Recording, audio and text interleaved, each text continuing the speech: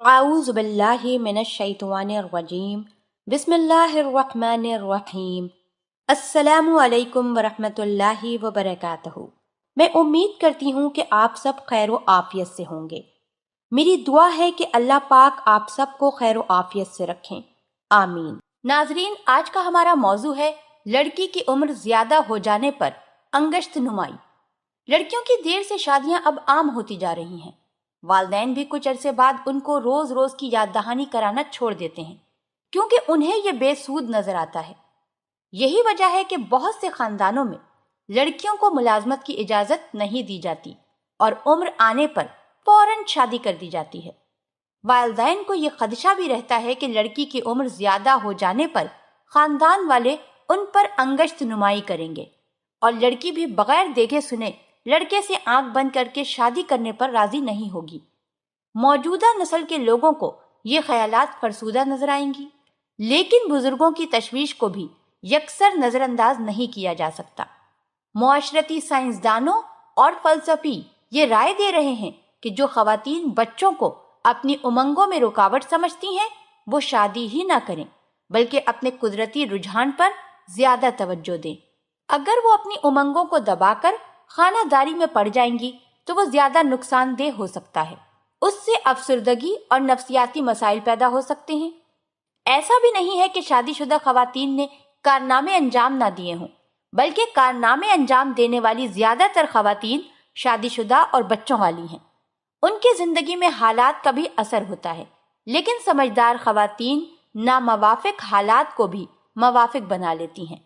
22 से 25 बरस की उम्र में शादी और 30 बरस की उम्र तक 1 या 2 बच्चे बहुत मुनासिब खानदान हैं। अब आप एक मिसाल ही ले लें। 20 बरस की उम्र में एक लड़की की शादी हुई, 21 बरस की उम्र में उसका पहला बच्चा हुआ और 24 बरस की उम्र में दूसरा बच्चा। अब 32 बरस की उम्र में वो जुज़ वक्ती सहाफत का पेशा भी अख्तियार किए हुए है और माकूल आमदनी भी है। वो जुज़ वक्ती काम इसीलिए करती है कि बच्चों की देखभाल भी कर सके और सब खुश भी रहें। आजकल लड़कियां 24 से 25 की उम्र तक तालीम हासिल करती हैं। आप माने या ना माने, हकीकत है उस उम्र को पहुंचने तक वो किसी न किसी मर्द को अपने लिए पसंद कर लेती हैं।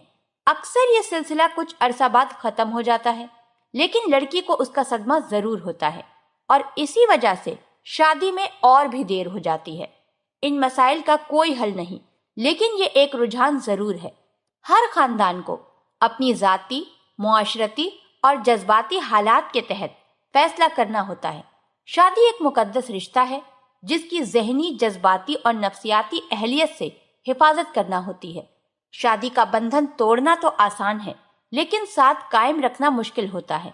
साथ कायम रखने ही में खैर खूबी है, क्योंकि उससे एक खानदान तश्कील पाता है जिसमें सब एक दूसरे के खैर ख्वाह और हमदर्द होते हैं।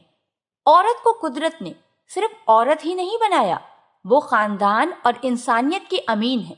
शायद यही उसका नज़्बुल ऐन नहीं होता, वो कुछ और भी जिंदगी में हासिल करना चाहती है।